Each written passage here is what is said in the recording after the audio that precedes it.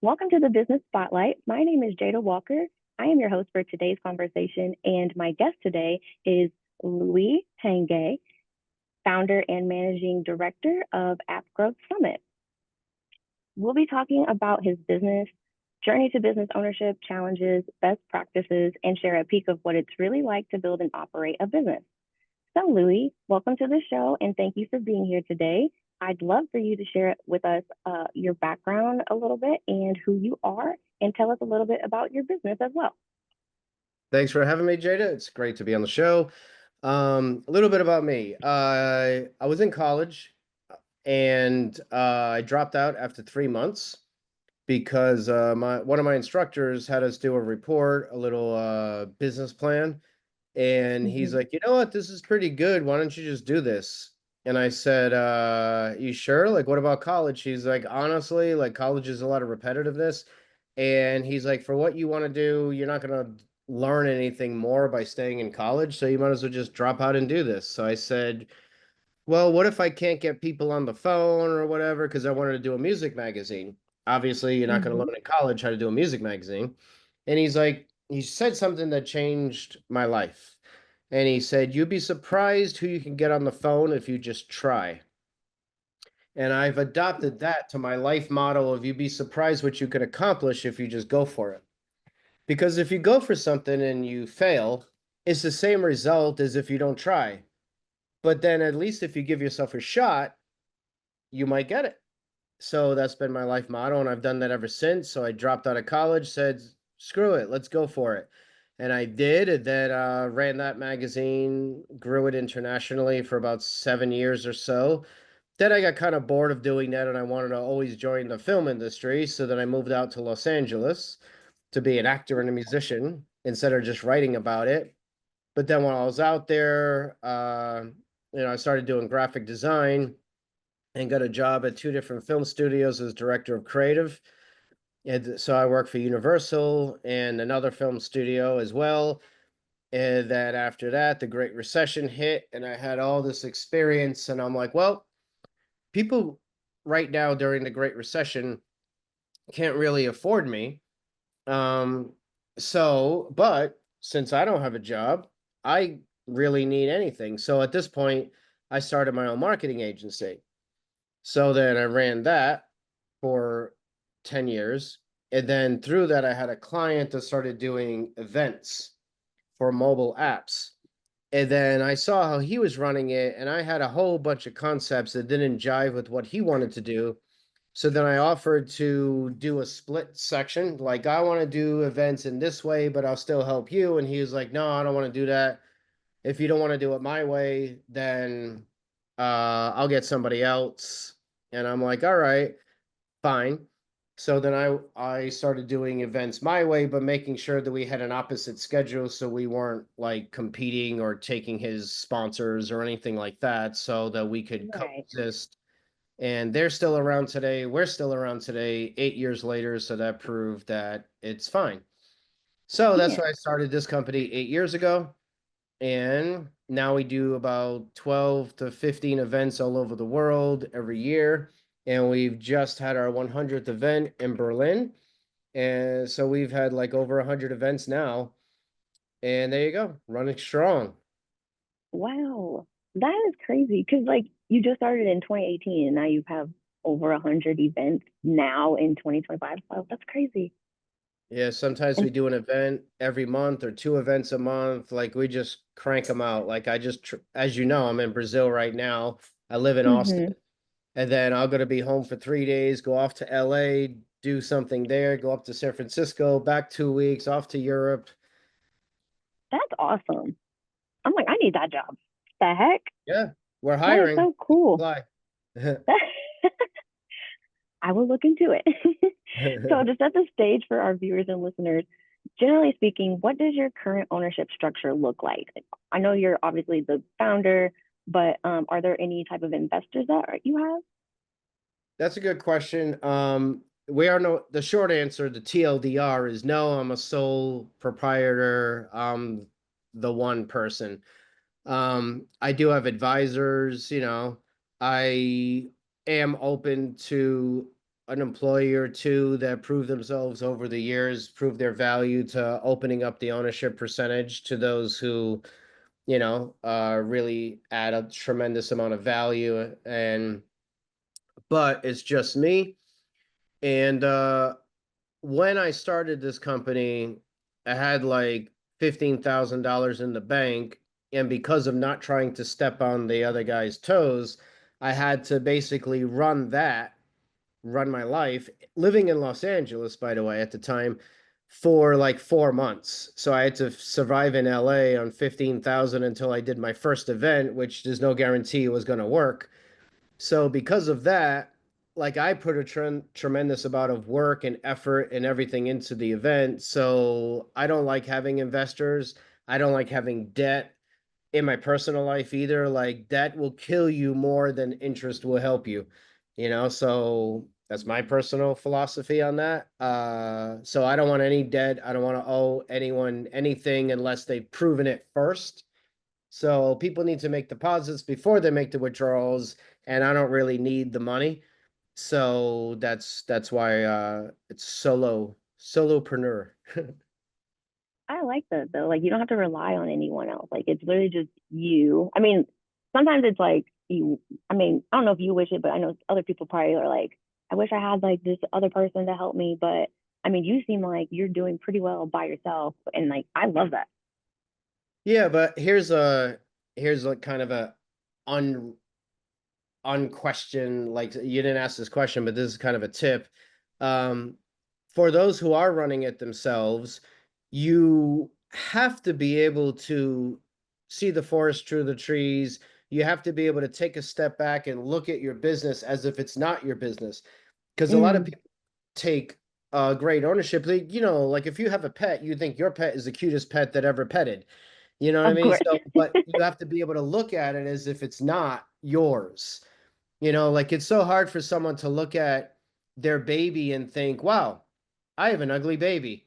But if you could look at that baby and say, wow, this business is kind of ugly. How can I make it into a beautiful baby that everyone else would love as well? So that's kind of the secret to that. And I also say to everyone in my company, I'm like, what do you all think? Like I have some ideas, I'll throw them out. Of course, I will make the ultimate decision, or if I know something is the right way to go, I have the authority as the owner to do it.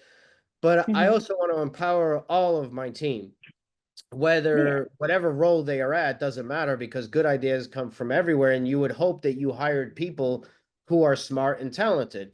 Otherwise, you hired wrong. So I ask my smart and talented people, what do y'all think? And it's very important as a business owner, if you want to keep your team, to know that not everything is going to be your way all the time. But right. it's okay that if it's like almost great in your mind, in order to make sure that your team feels, I guess we use modern terminology, seen and heard and feel empowered to be able to make decisions, because that's going to help you down the road where you don't have to do everything. You know that you've delegated the right thing, you've trained them, they're empowered to make good decisions. And even if it's not the exact thing you would do, as long as it's a high quality decision, it's fine. Empower them, make it run, and your life would be a lot easier that way. Yeah, that was great advice. Thank you. Yeah, I like that. Maybe I'll make it You're someday. yeah, you should write a book. That's what you should do. That would be like the best. Then, yeah. When I retire, and then I'll do talks, I'll do the talking circuit, I'll do all that stuff. And Yeah, because people need that knowledge.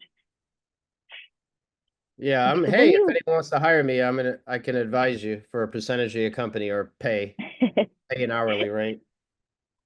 oh my gosh, when you look at your role, how many hours do you spend working on your business, and how many do you spend on the business, like for strategy and planning? That's a great question. The hopefully good answer is to set up my answer as a business owner. The way I look at it is every day is Friday. Hmm. um, because I have work to do, but I don't have to work, but I should work. So the amount of productivity I have and I get back is determined by how much I work on that Friday. So whether it's a Monday or Saturday, like I can decide to just take 6 hours off and go do something else if I want. I mean, it's my company, but Right. there's repercussions for that.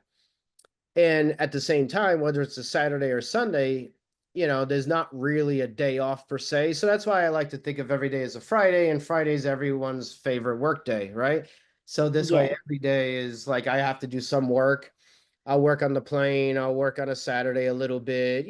I do balance things out so that I'd say my average work week now that I have a team, a talented team I could delegate to, is about 6 to 8 hours a day, 6 or 7 hours a day. Now, how much of that is spent on strategy? I don't have like a blocked out philosophy like, hey, I have to do this, then I have to do that, and I section it off. I say like part of it for me, strategy is something that comes as it comes. And when I get an idea, no matter where I am, whether it's on a metro in Singapore, or whether it's taking a shower, or whether it's here talking to you, or talking to my team in Slack, or whatever. Whenever I have an idea, I open up the trusty phone and put the note in there, or Slack myself, or send myself an email, or I'll tell my team, "Hey, I have an idea. What do you think?" And then when they respond, then that generates the discussion later on. But I always get the idea out, give it to somebody else to validate my thought or challenge it. Say, I don't think that's a good idea, or we should do this, but later. And then if it's good enough, it'll grow and take root, and we'll discuss it more and then enact on it. Hmm. Okay. And as far as Like almost, strategy goes overall, I know where I want to go with the business from year to year. So then yeah. again, I bounce stuff off the team and say, here's what I'm thinking. And then I get their ideas, and then that helps me solidify it. And then I'll enact that. For example, our strategies are how do we structure our pricing, our sponsorships, our schedule for next year? What's the competition schedule? you know, how do we look to continue the growth? Who on the team is performing where they need a raise or a promotion or a bonus? Then do we have enough team members? And also getting the vibe from them. Are they overworked? Are we efficient? Do we need to add people? Do I need to shift someone to a different role in order to help out Hmm. the business? And are they burning out on this one thing? So it's like it's a constant organic living entity is a business. Yeah. Yeah, I like that. So many business owners, especially those newer to entrepreneurship, feel as though they never have enough time. I'm curious, based on your experience, since you have so much experience, if I were to give you an extra 10 hours back each week, how would you invest those hours? Like, would it be in your business or would it be personally? I would definitely make sure that I got my workouts in. Um, and if you're anyone who's out there, no matter who you are, you have to work out. And I'm not like a fitness person. Obviously, look at me. I'm not like ripped or anything, but it's part of your health. It's part of your health, and you should do it first thing in the day. Oh, but I got kids. Okay, well, wake up a half hour before your kids and control what you put in your mouth. You can have ice cream, you can have a snack, you can have that, but don't have that all day long every day. Don't snack at your computer. Like have some self-discipline because that'll help you in your business and everything else. I'm not going to be one of those gurus who tell you to take cold showers and do all this Oh optimization my gosh. of this stuff. But the things that everyone needs to do is you got to wake up, get your workout in, take a rest day, get your workout in, eat right. Now, it doesn't mean eat like a monk or anything, but Right. control your Just eat calories healthy. because, yeah, because it's going to help you in your business or anything in your life. And then you're going to Yeah. get sick less. And then as you get older, you're not going to be able to just keep up with the bad Yeah. habits. So this way it'll help you and you'll live longer and higher quality life. You'll be able to be there for your loved ones as well as your business. You'll think clearer. It all starts with health. And that's something that they say money can't buy, but it kind of can, and your time investment into that. So I would say I would definitely make sure that I got full health, cook more, because with more time you could do the things you say I don't have time. So now you do have time. Another thing I would say that is little hippie like, but if you've got loved ones that are around you, whether it's a pet or a kid or a significant other, whatever, or friends, use that time, that extra 10 hours or so, to just spend time with them, quality time. I had I had a great doggy. He's right here, tattooed on me. Look at that. That's my dog, Aw. Yeah, my I little like that. That's so bulldog. cute. Did you get that So here in Austin somewhere? I don't know. I had it in Singapore Oh, actually. So I oh, I bet found it was like better. the best realistic tattoo artist, and she was in Singapore in some third floor of a Yeah. warehouse parking lot was her studio. But that's where you got to find the geniuses, right? You got to seek them out. Yes. It's like It's they're like going up to a underground. cave, yeah, to find the great master. Um, so with him, I would never tell him I was too busy. And if you have kids, this might relate to you, because Yes. this was my kid, where it's like, hey, I want to play. It's like, I'm too busy, I'm working. Um, at the end of anything, whether it's your relationship, your life, someone else's life, whatever, maybe not literally, but you always got to think, oh, I wish I saw them again, or I wish I had 5 more minutes with them. Like if I could only just one more time. So my Yeah. philosophy was 5 more minutes. So steal those 5 minutes when you can while they're there. So this way, the pain's never gonna be less, but at least you never Right. feel like I didn't spend enough time. So spend that time like, oh, my dog would come up and be like, hey, I want attention. It's like, okay, no work for 5 minutes. Let's play. Or let's take 5 minutes off. So if you got a kid who's like, daddy, mommy, whatever, it's like, okay, let's take 5 minutes and let's enjoy this because it's not going to be here forever. So take that time. And even if you don't have anything, then take the 5 minute break, to be good for your mentals. Just take Yeah. time and just take a break, relax, do nothing, play a video game, whatever you got to do to just take 5 minutes here and there. That's what I would suggest. Yeah, I like that because I'm a newer mom. Like my daughter, she's one, almost two. So I'm Uh, definitely at that stage where she's like always wanting to be with me. Like even this morning before I left, she was about to cry and like got that yeah, little pouty face, making me feel bad. But I was like, girl, I have to go. Like I literally had to leave. I was gonna be late. yeah. But I always think like I feel like I spend enough time, but also I know I don't because my phone is in my hand sometimes. Obviously, I'm distracted, or like TV, I'm distracted. So I like that advice. Like, I'm actually going to take that and use that. So I actually really do thank you for that. Cool, thanks. And it's tough because you have to teach your kid discipline and self Mm-hmm. perseverance, and you are going to be a self-sufficient individual. But at the Yeah. same time, she's not only going to be that age, she's going to go off to college and then never have time to call you, Mom, I'm too busy. I Right. got my own life now. It's like, what about all the what I dedicated to you for 18 years? I'm so busy now, you know? But Really, I'm like, that was me when I went to college. I like never called home and they would call me and be like, are you okay? And I'm like, yeah, I'm just sitting here eating. Like, what's wrong? living my life. Yeah, it's so Literally. tough. And then when your parents get too old or it gets too late, you're like, I wish I called more. And there's the 5 minutes Yeah. again.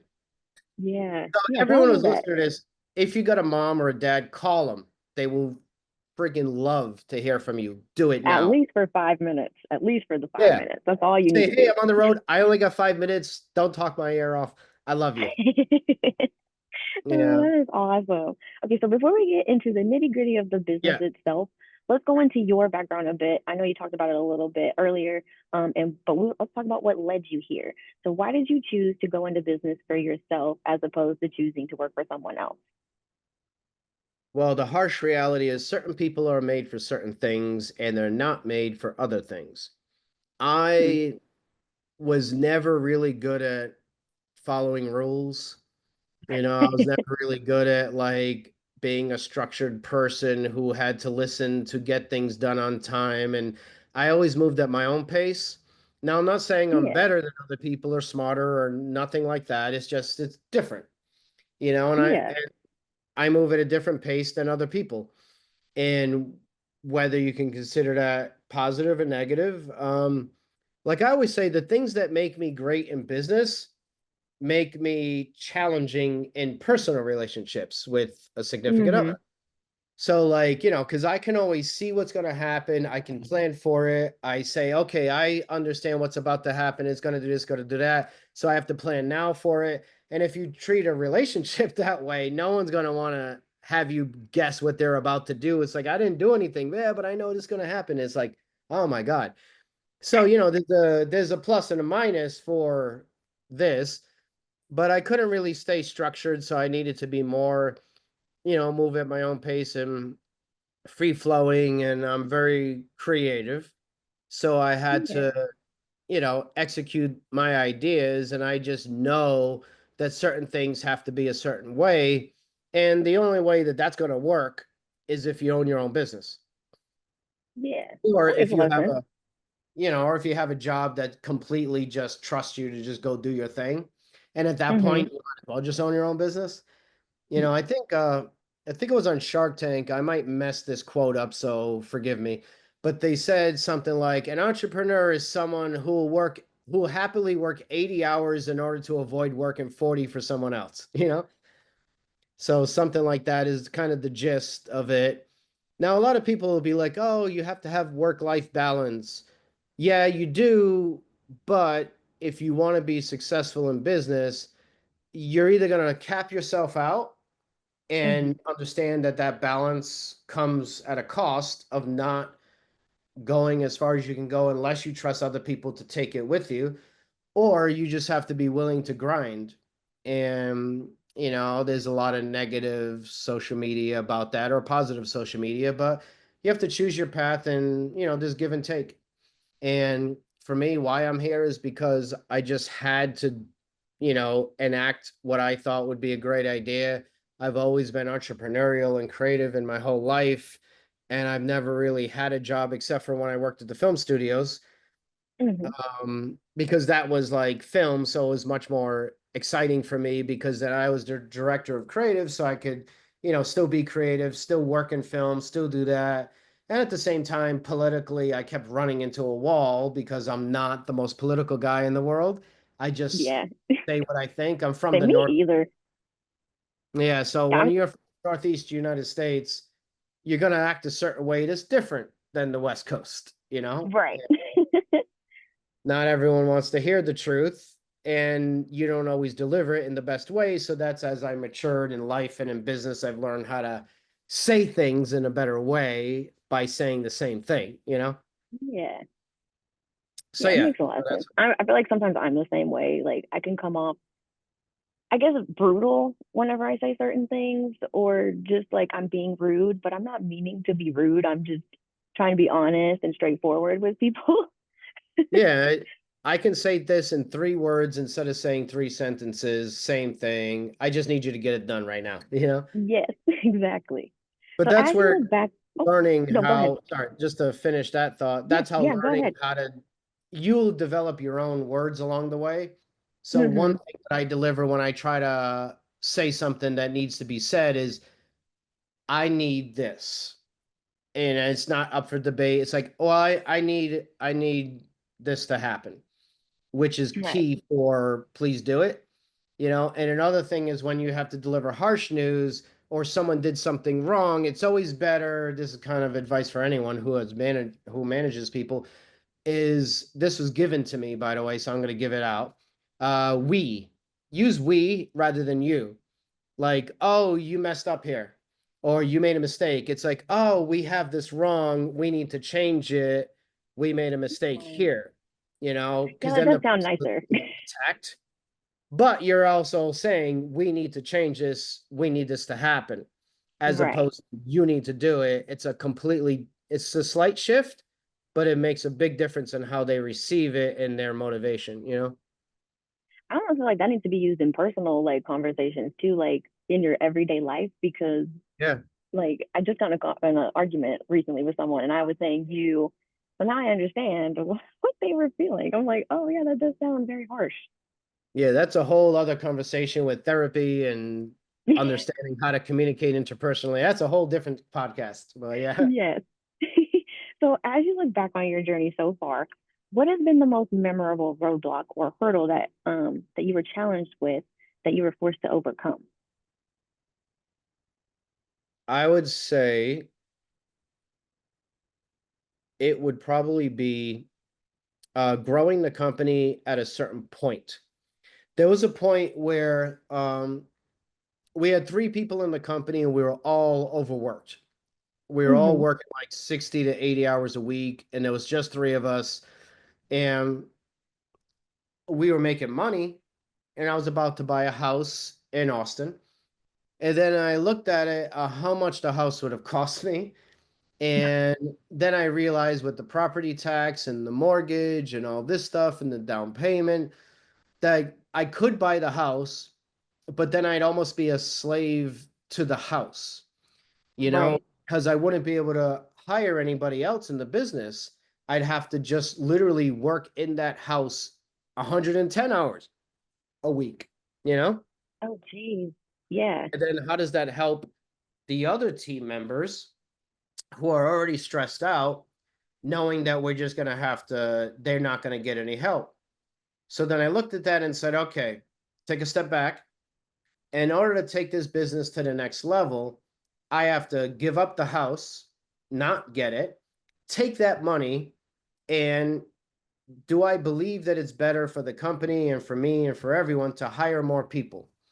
And if I hired more people, then theoretically we'll be able to disperse the requirements of everyone's 80, 100 hours a week, and then everyone will be less stressed. We'll have more people to execute more things and more 40 hours a week people, and then Mhm. theoretically the business can grow by not putting a leash on ourselves, you know?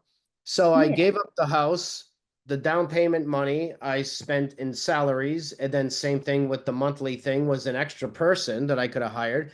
So I went and hired four more people. And then over the next year, we started growing. And then now, 2 years since that, we basically doubled our business. And we just had a record year this year. Our people have been here now 3 years, and we're just having a record year, and it's just absolutely amazing. The team has never been better, never been in a more creative, expansive mindset. Everyone just believes in the company, loves working with each other. It's just the most amazing thing ever.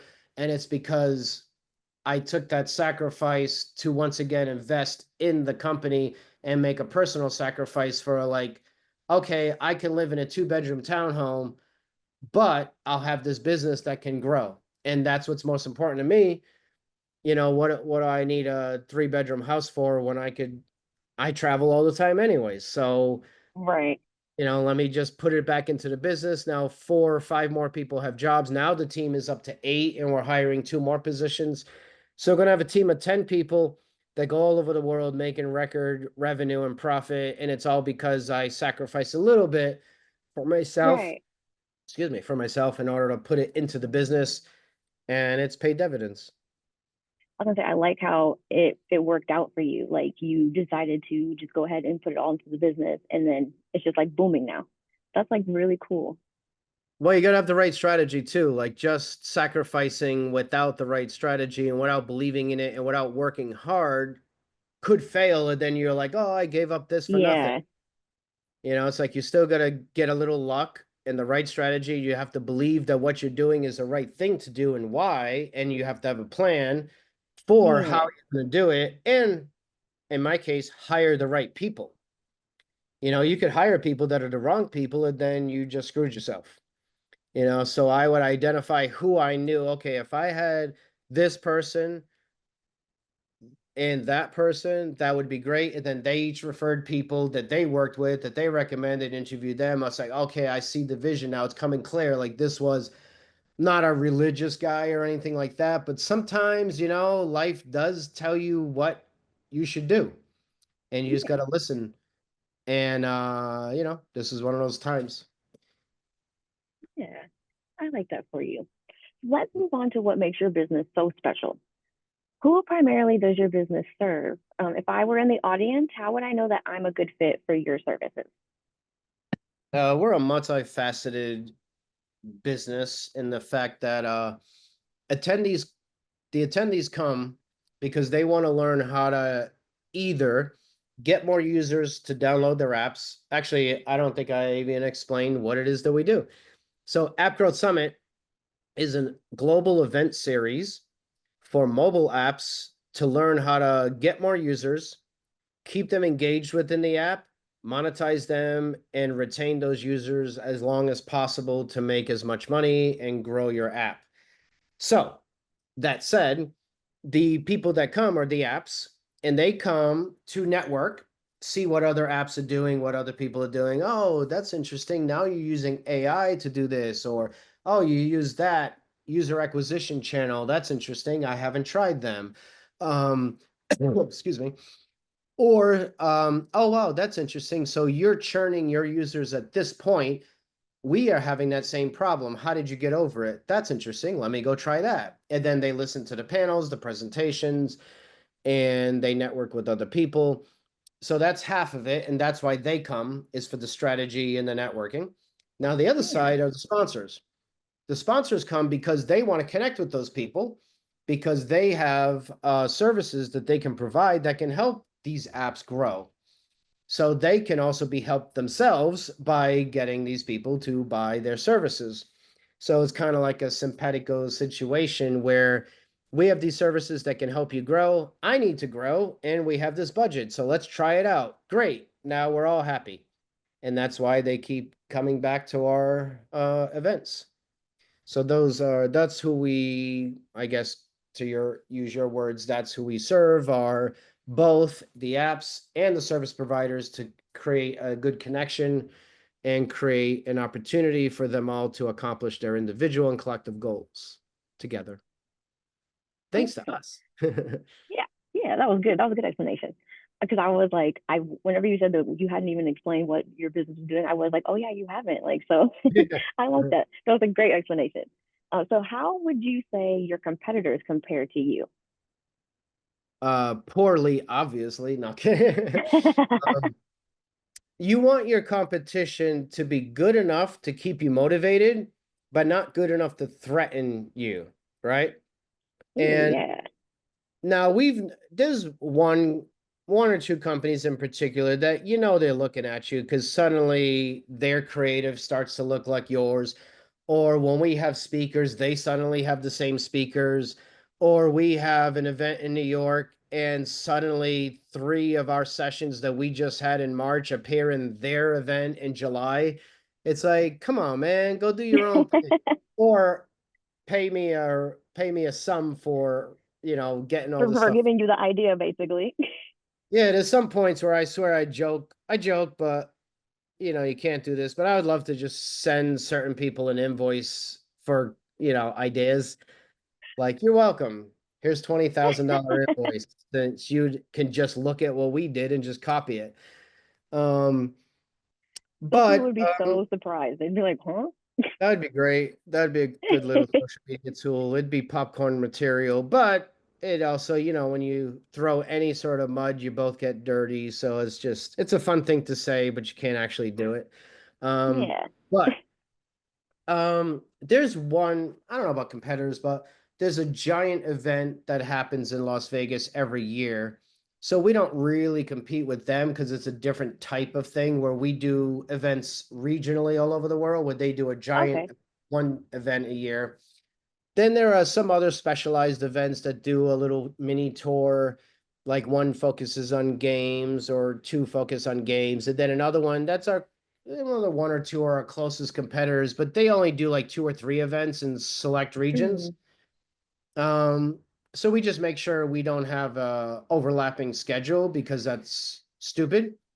Because you don't, right. even if you think you could beat somebody and have a better event, why? It's like the art of war. If you ever read that book, never attack the enemy where they're strong, attack where they're weak. Or in this case, never attack your enemy direct head on when you don't need to.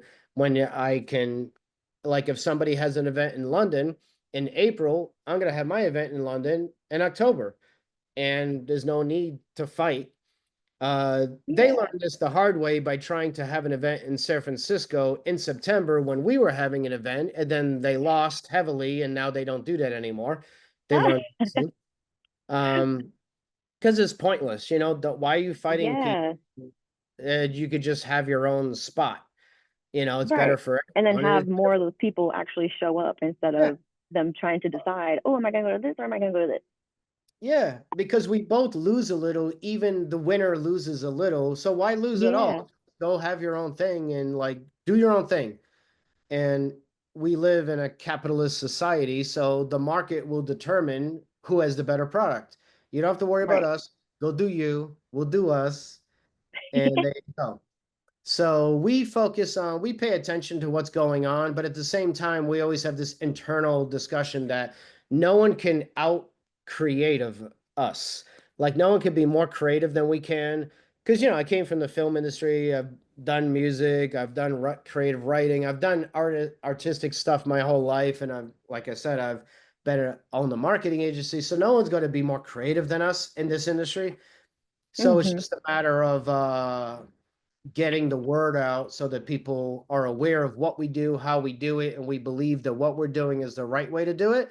So it's just about getting that out there, and then we'll be fine. And I don't want anyone else to fail in their life. I just don't want them to threaten our existence or what we're trying to do. Right. So Right. you It's can like we can eat, all just don't work take my together. food. Yeah, you can eat, you can survive, just don't try to take my food, and we're good. Yeah. Yeah. I like that. That makes a lot of sense because I don't like whenever people are always in competition with each other. Like, it's just like, why? We all, like we said, we all can eat. We all are at the same table. It's fine. Yeah, or the table next to me, you could be at that Right. table. You're the Just distance. just don't grab my food and we good. So this is going to lead me to marketing, which is obviously something that's vital for every business. I'm always curious what successful businesses are doing. So what percentage of your monthly sales typically is invested back into your marketing budget? That depends on your business. We're at the point now where we're lucky or fortunate, or we get to, you know, um, we get to experience the benefits of our hard labor over the years, where after over 100 events in 8 years, the industry knows who we are.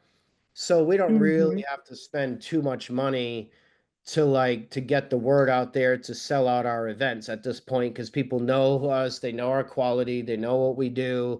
The sponsors, we sold out sponsorships for San Francisco, London, and Barcelona, our next three events. So we're not hurting for that. So it's just a matter of like, hey, we're coming back into town. But at the same time, we know that we our benefit is finding new people. So we have our own Mm-hmm. methods to go out and find new people and to attend the events or to sponsor the event. So we're always looking to optimize and improve what we have to offer. We know like our happy hours, people are going to get tired if it's the same boring thing. So what theme are we going to come up with? How can we do this? And we got 12 to 15 events a year. So we have to think of like all these different themes and fun. And so our marketing is really getting the word out that way, just letting people know that we exist. If you're looking for a percentage, I would say 5%, depending on, it depends on your business and how much money you have and you generate, but you should definitely spend at least 5%, maybe 10% back into marketing.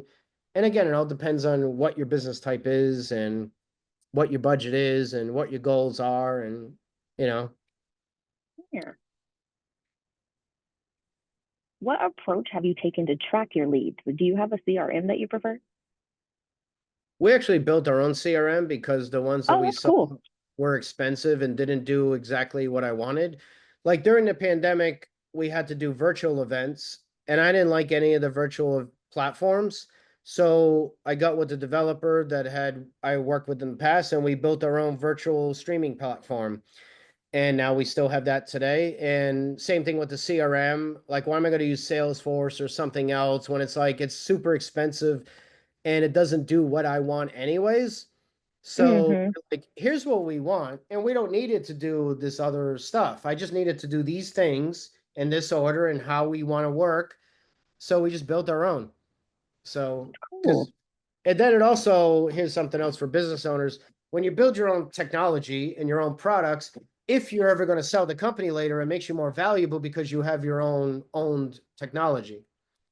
So, especially if you're a service-based company, having tools and technology will help increase your business value.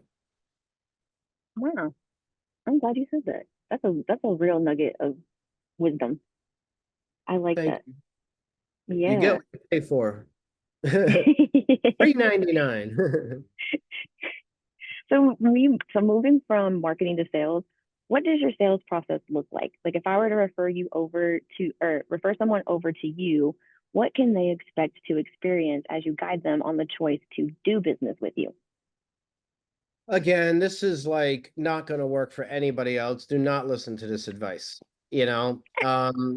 Because again, I say this with as much humility and hesitation as possible.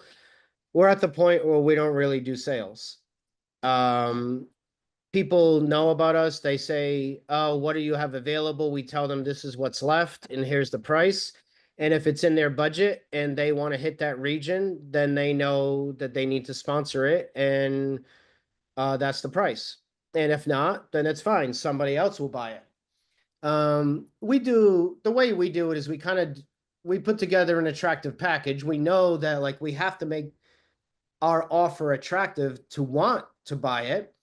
And we always listen Right. to our sponsors anyways, year to year. And we listen to, oh, I wish I had this, I wish I had that.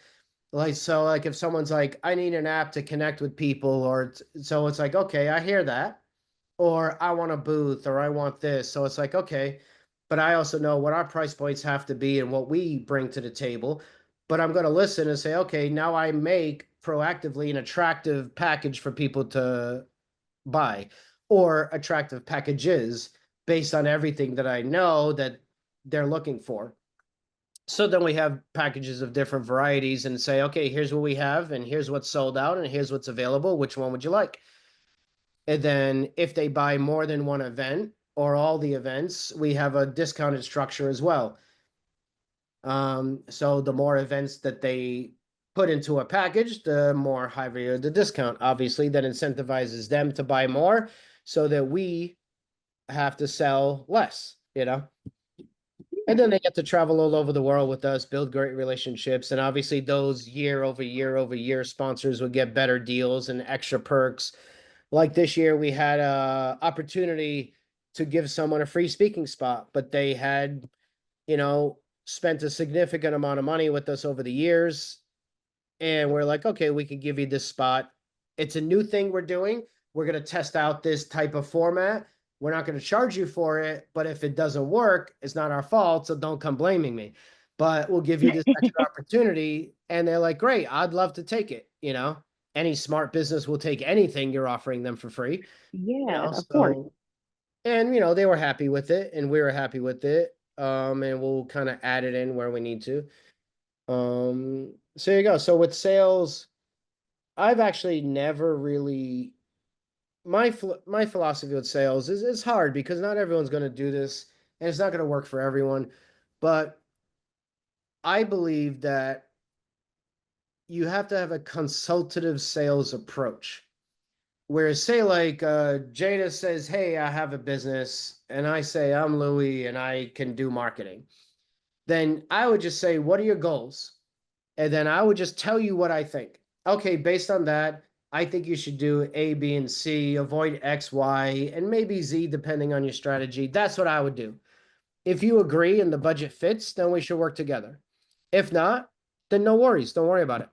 Then this is because to try to sell someone on your services, they might not be happy. You know, Hmm. what you want from your clients is you want volunteers, not hostages. Like you don't want to get them to sign on the dotted line and then they're locked into a contract and then they're not happy because then once the contract's over, they're never coming back and they're not going to refer Right. people to you. It's better to just say like, now it's tough because some people like they're desperate for sales. But I would argue that when you have this consultative approach and you have the right strategy and you understand how to grow your business based on what that business is and what services you provide or products, then you will have to do less and less sales the more successful you get. because it's just like, even when I had my marketing company for 10 years, I think I did 3 cold calls ever, and 1 or 2 of them was to show someone else how to do it. Sorry. No, So you're okay. That is so funny. I'm not good at sales. At least I don't think I am. I might be, I don't know, maybe to someone who doesn't really think that they're good at sales, but yeah, I've never really been good at sales. I've had a couple different I'm sales jobs, horrible. and I'm horrible at sales. I am not a salesperson. those Like people I who are, I'm I like, you know what? Kudos to you, because I wish I could be that person. maybe it depends. Maybe you're better at sales because you're not good at sales, because then you're Ooh, just gonna talk authentically and say, this is what I would do, this is you're how right. it would help. And I'm not a salesperson. This is my sales line, is the truth. Is I'm not a salesperson. I'm not gonna push you into something because I don't want to hear you complain later, quite frankly. Like, this is what Literally. you got. I'm telling you everything up front. If you want to go for it, let's work together. And if it doesn't, so there's like sometimes there's a sponsor or two that it just doesn't work. And I'm not going to hold them to it. And I offer, should we let you out of the contract? Most of the time people say, no, no, no, I want to stick it through. And we have a conversation about what's not working and how we can work better in our communication style or whatever. Or sometimes afterwards, this is really not good advice for most people. But sometimes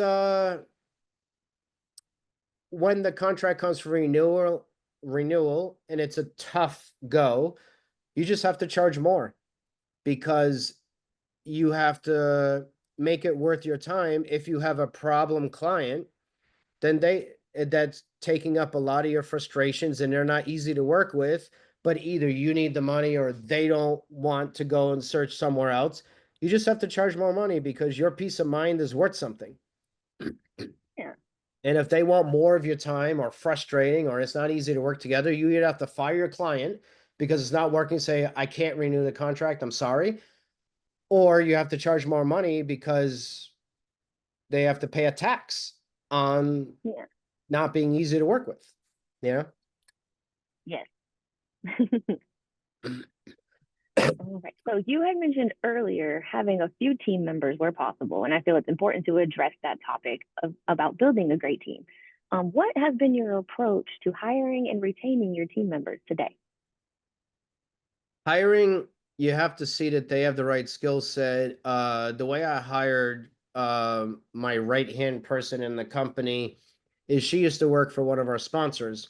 And I saw that she would show up to set up their booth. She would show up before anybody else showed up to set up. She would set it up by herself, never really need any help, bang, bang, do the thing. And then she's like, okay, I'm done, I'm out. And before the next person even showed up, I'm like, man, she is on Oh, top of it. And to communicate with yeah. her, she's always friendly, always professional, always organized, always easy to work with. I'm like, this girl's a rock star. So one time she came to set up, and since she was done so early, I'm like, why don't you come and have lunch with us? We're about to have lunch. And she's like, okay. Then I'm like, what do you think about working with us? And then we poached her. And then she I was had like, you just did the poaching right there. yeah, and then she had somebody that she had worked with that she recommended that said, "Oh, this girl's amazing, she's newer, but she's so creative." And so I interviewed her and she was everything that she had said. So we hired the 2 of them. And then That's somebody else, awesome. I'd worked with her when she was at a couple of other companies working in the same type of situation. And we always got along and had good mutual respect. And I respected the fact that her work ethic and she was very smart and organized and stuff like that. So I hired her. And you know, and then we just look for people like that are creative, that are easy to work with, that are industrious, that are self-motivated.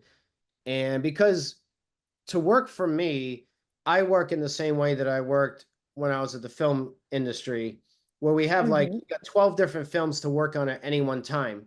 So you have to juggle stuff. It's a crucible, you got to pump the work out. So with Yeah. my team, we got 12 different events a year. So so think about this for other people that do 3 events a year, their team advances 3 events per year, right? Our Hmm. team does 12 events per year. our team is every year we grow in quality and experience 4 times faster than anyone else because of the repetition that we get in and this expediency we work with. We have to be efficient. You have to be that much better in order to pump out great events at 4 times the pace other people do. So when you think that our team is growing 3 to 4 times when other people are growing one, we're looking for those types of people that can handle that. And within the first event or three, it's obvious if they can't keep up. And then we're like, it's great, I can tell right away after one event if the person's going to work or not. Because you could tell if someone works. There was Mm-hmm. one person who she fell apart at the first event, sadly. And then someone else was like, she's not able to keep up. And then somebody else, we asked them to do a simple task, and they were like, I don't know what to do. No one asked me to do it. No one told me how to do it. Whereas other people like, okay, I got to do this. I got to figure it out. Mm-hmm. Because a lot of times, especially in the event industry, in the event business, you're going to be at an event and it's live, everything's going, and there's no stopping. It's kind of like a Right. sports game, so to speak. Like if you're Or like a playing, tournament, like a sports tournament, like with all yeah, different teams. Yeah. or if you like basketball or American football, whatever it is, it's like there's a clock ticking and it's not stopping and you're losing right now, or you're winning, but the other team's catching up. Whatever it is, you have a challenge Mm. and you have to make in-game changes and be able to pivot and switch. So if you have that type of mentality, like, okay, I see what's happening now. We got to pivot. We got to move this. We got to get on top of it. And everyone at the events, when they say, "Oh my God, this event was so smooth. It was so awesome. Well run." Like, and I think, well, that's because you have no idea what we were doing behind the scenes. And that's our job. We do our job when you don't notice what's happened, you know? And the whole Yeah. team It's like just, everything's running smooth, exactly how it should be. And it's like, that's because of us. Well, not me, you, your team. yeah, yeah. That's Yeah, and it's awesome. great. So I'm always looking for those types of people that are exceptional on top of things. And then how do you keep them happy? You have to empower them to make these decisions. And even if, there's a decision that went wrong, again, there's the we conversation. It looks like we didn't have the right strategy there. What can we learn from this? Not like, what did we learn? Nothing like but it's like, how can we improve this for the future? What do we, okay, cool. Yeah, let's do that. And like, not be like, yeah, this is the way to do it. It's kind of like Yeah. a recap meeting to be like, okay, how should we do this in the future? And okay, that sounds like a great idea. Let's do that next time. It's about staying on the team, not Yeah. fighting against each other, but being together, letting people know that also that my door is always open. I hate that it sounds like that's silly So talk. cliche, I guess.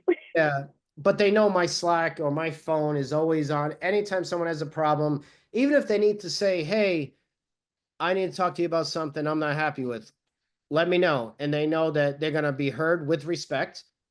And sometimes I will respectfully disagree. But they will always be heard and we'll always talk about it. And the conclusion will always be made with human mutual respect. No matter who they are, who I am, whatever the role is, we're still a team. And I really don't like when people call me the boss or, oh, you're my boss. It's like, no, I'm not. I'm like the quarterback or the coach or whatever. Like, I like consider myself like the quarterback or the point guard.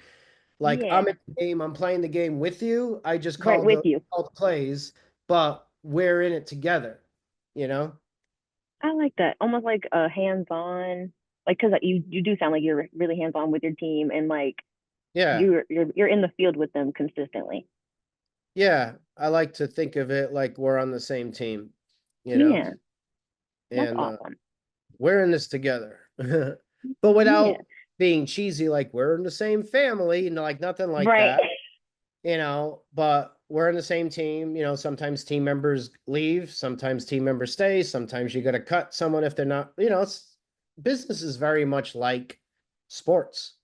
Even if Yeah. you're not a jock and you don't think of it that way, like it's not bad to understand certain strategies that work because it's the same idea. Like you have a team that has to function as a unit to accomplish a goal, and there's competition. So there's a lot of similarities and parallels to the business world and the sports world. And even if you're not a jock, it could still make a lot of sense, you know? Exactly. Because it's almost like whenever you have to work in school, like in pairs, how they would pair you up with people, and you have to like work with that other person, communicate, all of that. Yeah, Yeah.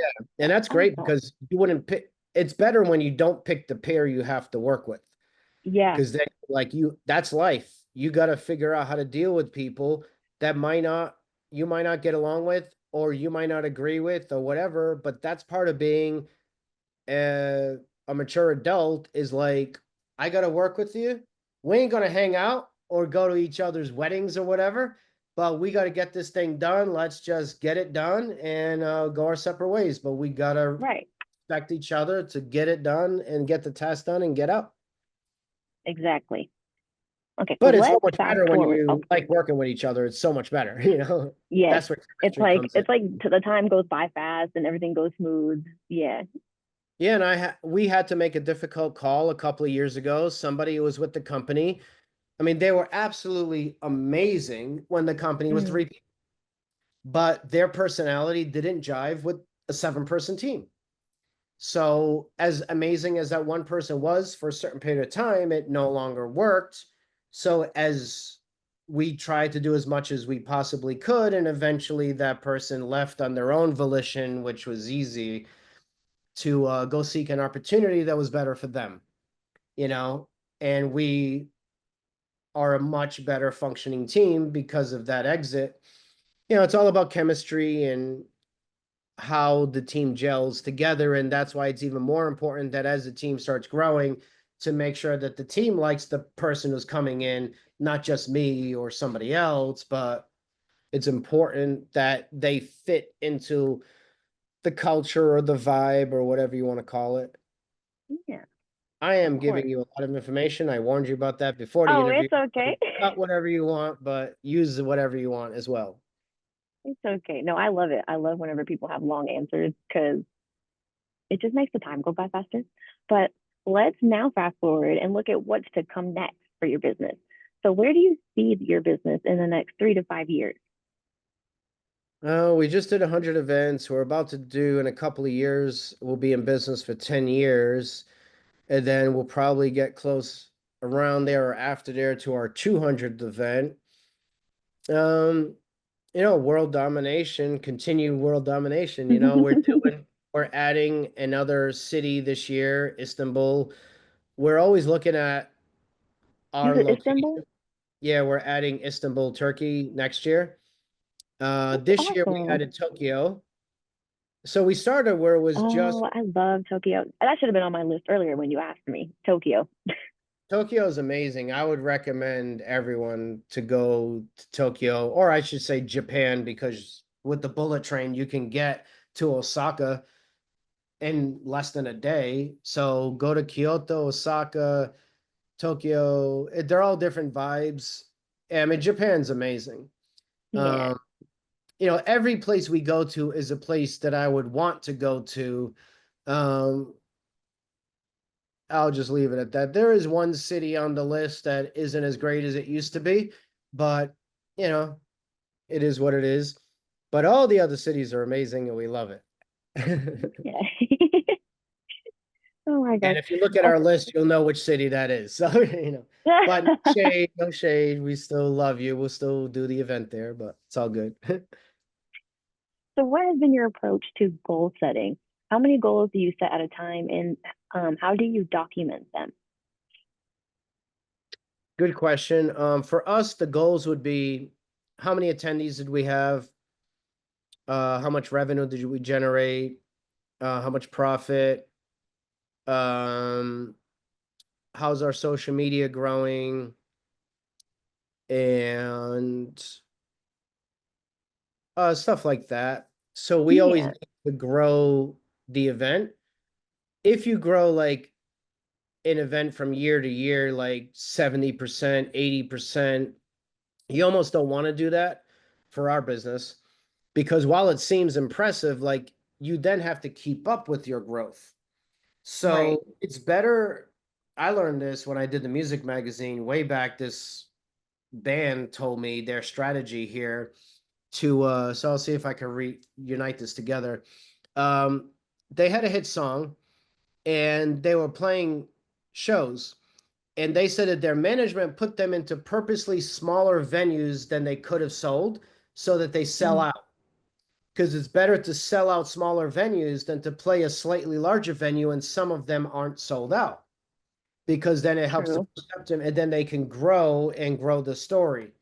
So I, completely different industry, but I heard that bit of advice and translated it to what we do, where it's like, I would rather have an event sell out and then next year increase maybe 50 people. Have that event sell out, increase 50 people, whatever it is, Yeah. or 60 people next year. Don't just have a blowout year and then next year it shrinks or it's about the same. Yeah. Like you have to think of the trajectory, the story that you're presenting, not only in your market. People lie in marketing all the time, whatever. No one's going to do research to check if you're lying. But at the same time, you have personal integrity, Mm-hmm. so we want to sell out our events and we want to grow small. Like our Paris event, I thought it was going to be only 75 people the first year. I would have been happy with that. We got like 150, packed the place in, and it's like, whoa. And then Oh, the next wow. year, it was like over 200. And we're like, okay, now we got to pack it in. Now this year, it was like almost 300. And we have to find our third venue in 4 years because it just kept growing and selling That out is fast. crazy. Yeah, so we're happy with that. And then Yeah. with Berlin, we kept outgrowing our venues in Berlin, but now we just had to expand into 2 days and not and like we got a venue that works for us and we know we can grow in there another couple of years. So that's what we're looking for. We're looking for venues that we can grow into but still limit the number of tickets available, and I want to not limit them too much where your sponsors like we could have met more people, but make sure that the vibe is right. And when it comes to events, it's like I mentioned before, it's kind of organic. So you have to get the right mix. And a lot of it is based on feel, because people are going to use their feelings more so than the numbers when it comes to a Yeah. live event. Did I connect with enough people? Did I learn enough stuff? Do I feel like this was a good experience? So it's a lot of feeling. So we have to mix, like at our San Francisco event, we're jumping up into a much larger venue now because a smaller venue wouldn't have fit for the vibe, would have felt small. So now we have to take a big step, but now we can grow into this venue for like 4 more years now. So now we structure it to make it seem a little smaller by how we set up the stage and the room, and then we can Right. start to expand it over the years as needed, so we can grow into it. And that's what we do with all of our events. So those are kind of our goals, is to how do we continue to grow? Because if we ever want to sell the company, you have to sell your company based on a growth story, not as a Right. plateau story. So you have to think, okay, how do I make this more attractive as we continue to grow year over year and tell a great story that's authentic and you can back it up by numbers if someone's looking. Yeah. So yeah, so growing too fast can be a problem. Like if you sell widgets, right? You could Mm-hmm. many orders, not be able to fulfill those orders, and then your shipping gets fine, and then you kill your company because no one's gonna give you good reviews or reorder, or so it's a lot. Running a business is not easy. If it was easy, a lot more people would be doing it. You have to juggle so many different things and have like enough control to direct it, but enough like relax to be able to see its organic taking shape. Yeah. Yeah. So you have a really interesting story, Louie. As we wrap up, I have a few rapid fire questions. Are you All ready? right. I will do it Awesome. as quickly as possible. Okay. What is the key to success for you? Uh, seeing, listening to your team and seeing that your business is never as good as you think, but it's also never as bad as it might seem either. Just keeping steady, keeping a steady mindset that's always like where are the problems? How can I fix it? What are we doing right? Let's keep that going. A balanced mindset, I guess. Balance. Yeah, balance. Awesome. What is one piece of advice you have for other business owners? Do what I just said. Don't get don't get too involved in your business where you think you own it too much. Understand a business, a team, the world, markets, everything. It's all organic. It's gonna ebb and flow. Don't get too invested in the highs, thinking that you're the shit, and don't get too depressed at the lows. Get more determined to say, okay, I got to put some more gas into this thing. Think of it like a plane. Like when the plane's going down, you're going to maintain altitude. You're going to put a little more engine into a little more gas, a little bit more fuel to keep it up. But at the same time, when you're flying high and loving life, like don't just think because you're going to start coming down if you don't keep putting effort into it. So stay balanced, stay motivated, stay pushing it with just enough energy. Yeah, Don't get I like complacent. that. Don't get nervous. Just stay steady, but Steady. motivate. Yeah. Motivate and steady. This is kind of a fun question right here. If you had a little bit of magic dust that you could choose to put on one spot in your business, where would it be? Where would you sprinkle it? Accounting and taxes and CPA and bookkeeping, Oh my all gosh, that yes, all stuff. the technical stuff in the Yeah, background. all the very important stuff that you can't get lazy on, but takes up a lot of your time with a lot of detail, but is super necessary. So if I could, actually, you know what that magic dust is? Is a great bookkeeper and a great CPA and a great financial advisor. That if you Mm, got those three things, it's like magic pixie dust. Because then they'll yeah, do the thing and do it well and help you on the glue of the business that is super important.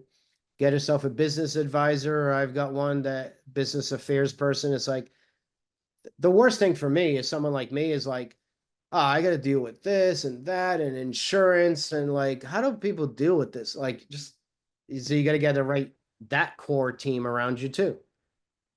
yeah.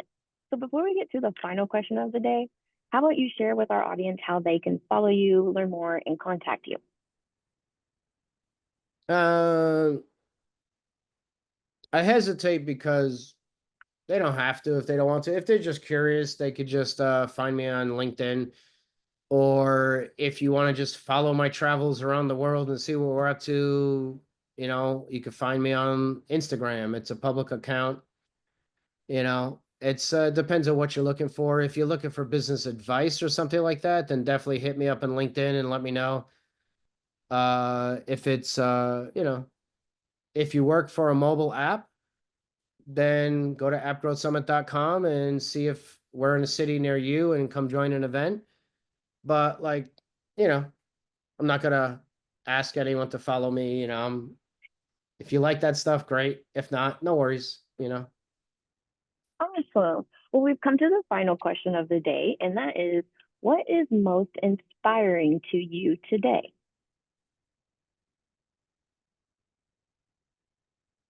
Good question.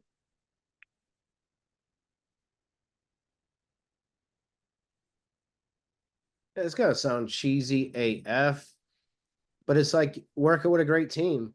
I mean, before it was inspiring to see my business grow and be successful. But now it's like now that that's happening, the inspiration point now is like seeing how well the team works together and how much they like doing stuff and traveling the world and working together and you know meeting all these people from around the world. Like that stuff is inspiring. And when they love coming to the events, like I love 5:30 because 5:30 is the time of the day where the happy hour has just started, the event is over, everyone's in a great mood and says how great the event was, because then it's all worth it no matter how hard it was to get that event to be great. 5:30 is when we can all take a team drink, cheers, and just finally relax. Yeah, because it's almost like you like whenever you're talking about working with a great team, it's almost like you see everything that you poured into your business coming together. Like that's kind of how I see it, like, or at least that's how I think you kind of described it. That's how I took it.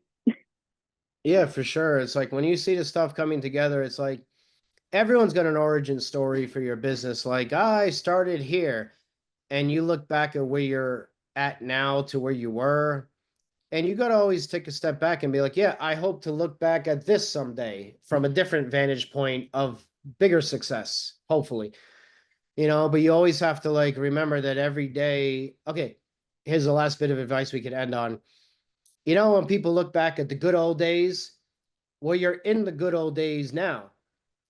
So these are the good old days for you in the future. So enjoy it. You're in the good old days. And tomorrow, hopefully, and next week and next year are some good old days. So enjoy it while you have it, because you know what? We're alive. No matter what you think religiously or spiritually or whatever, the fact is you're here now. You're in this body, you're in this moment. Yeah, maybe life's not perfect, but you know what? You're living it. And as long as you're alive, you have an opportunity to continue to improve or to enjoy or whatever. Never let a day go by and never take a day for granted. Every morning you wake up is the best morning because you're never going to be as young as you are today. So live like it, act like it, go enjoy the fact that we're here. Now Uh, and if life is hard, then you have another opportunity today to work towards the life that you want to have. And, exactly. Well, enjoy this what was you a got. great conversation, Louie. There it is. I really enjoyed hearing your story. Thank you for sharing. Also, I just want to encourage all of you watching to save this show and come back and watch it again because Louie really did have some great insights for business. And don't forget to like and subscribe to our channel so that you can get notifications every time a new conversation drops, just like this one. Thanks to Well, everyone who joined us today, and a special thank you to Louie for being with us today. We really appreciate it. thanks, Jada. Thanks for having me. I appreciate it. It was a great talk with you. Yes, thank you.